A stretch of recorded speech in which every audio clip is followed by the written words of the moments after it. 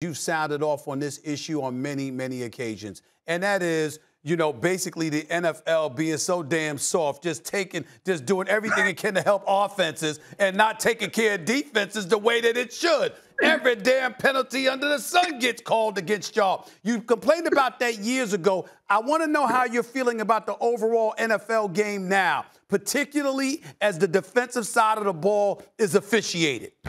Yeah, it's hard. It's hard to watch the game, right? If you go back, I'm gonna just give you a few names, and you guys tell me why you remember them. When you think about Jack Lambert, when you think about Dick Bucks, when you think about Mike Singletary, when you think about Ronnie Lott, when you think about those type of players, what do you think about? You think about physical football. You think about having defenders, having receivers, and offensive coordinators fear you, because on the other side you can deliver that hit. But now, Stephen, Max, we're talking about. I turned the TV off in the Super Bowl once they made those few calls against Kansas City, because you can't call those type of calls. But that's the way the game has gone, and the essence of the game, right? The essence of the game is you buckle both chin straps up, and you pay a price if you come across the middle. And that isn't the answer anymore, man. And it's just really hard to watch football, even from the collegiate level.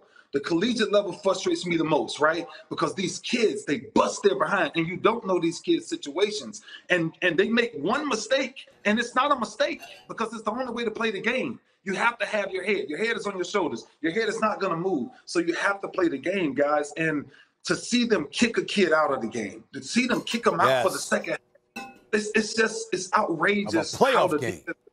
Yeah. It's just, you can't do the game like that because you dilute it, right? And every day, like guys like myself having these conversations, and honestly, guys, seriously, it's just hard to watch, man. It's really hard to watch. Yeah. Well, someone who's easy to watch, Ray, is, I talked about you were all first team, all-time NFL defense. Think of guys like LT, when I was a kid, Bruce Smith, more recent years, J.J. Watt. Back in the day, Reggie White. We're talking about the greatest front seven guys of all time, but one of them is still playing at a very high level, and that's Aaron Donald. First team, as far as I'm concerned, all-time, all NFL defense. What are your thoughts watching Aaron Donald today? Straight animal. Listen, Aaron is one of those people that you run to the TV to watch, right? And they come around every few years, but because his motor never stops. And you know what he's figured out? Seriously, the cameras can be wherever they want to be. It's a one-on-one battle. If you watch him, how he plays the game one speed. Why? Because the people that's in front of him, he know he's outworking most of them. He's outworking every one of them. So when you watch him, you're not only just watching a dominant player, you're watching a skillful player, right? If you watch Aaron Donald's hands, right? And this is for a young kid who don't understand how he gets so many sacks. Watch how active his hands are.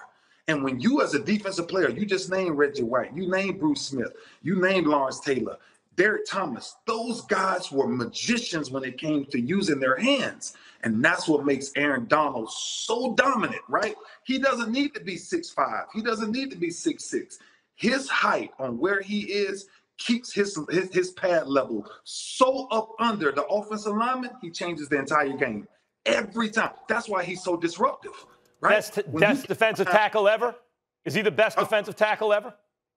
That's a hard conversation to put him in at this young of a stage in his career. It's just too many guys that's come before that's done some things that I've seen that is just unbelievable from the defensive tackle position. Ray, let me take this to a macro level, sort of going back to what I mentioned earlier. When you saw I know you lamented the calls that were made against the Kansas City Chiefs in the Super Bowl, but nevertheless, it had to touch your heart in a beautiful way. Even though I know how much respect you got for Tom Brady, but it had to touch your heart in a beautiful way to watch Tampa's defense do what it did to remind us all how important defense is to the game. What did Kansas City and that high-powered offense, losing the Super Bowl in the dominant fashion that Tampa Bay beat them up with, what did that do for the game of football moving forward in your mind? I'm going to tell you what it does, Stephen, and it does what it should have done. The general behind that defense is Todd Bowles. What Todd Bowles done with that defense, I'm telling you guys, like, and that's why you watch. I was watching you guys earlier. Them bringing all of those guys back. They know what they have, right? They have a chance to go back and do it again and again until people stop it. Because what Todd Bowles done with that defense, when you got Devontae Davis and you got them boys running around behind Pseudonym and Barrett and JPP on the outside, man, let me tell you something. When you have a front seven that dominant, listen to me, you don't have to blitz nobody.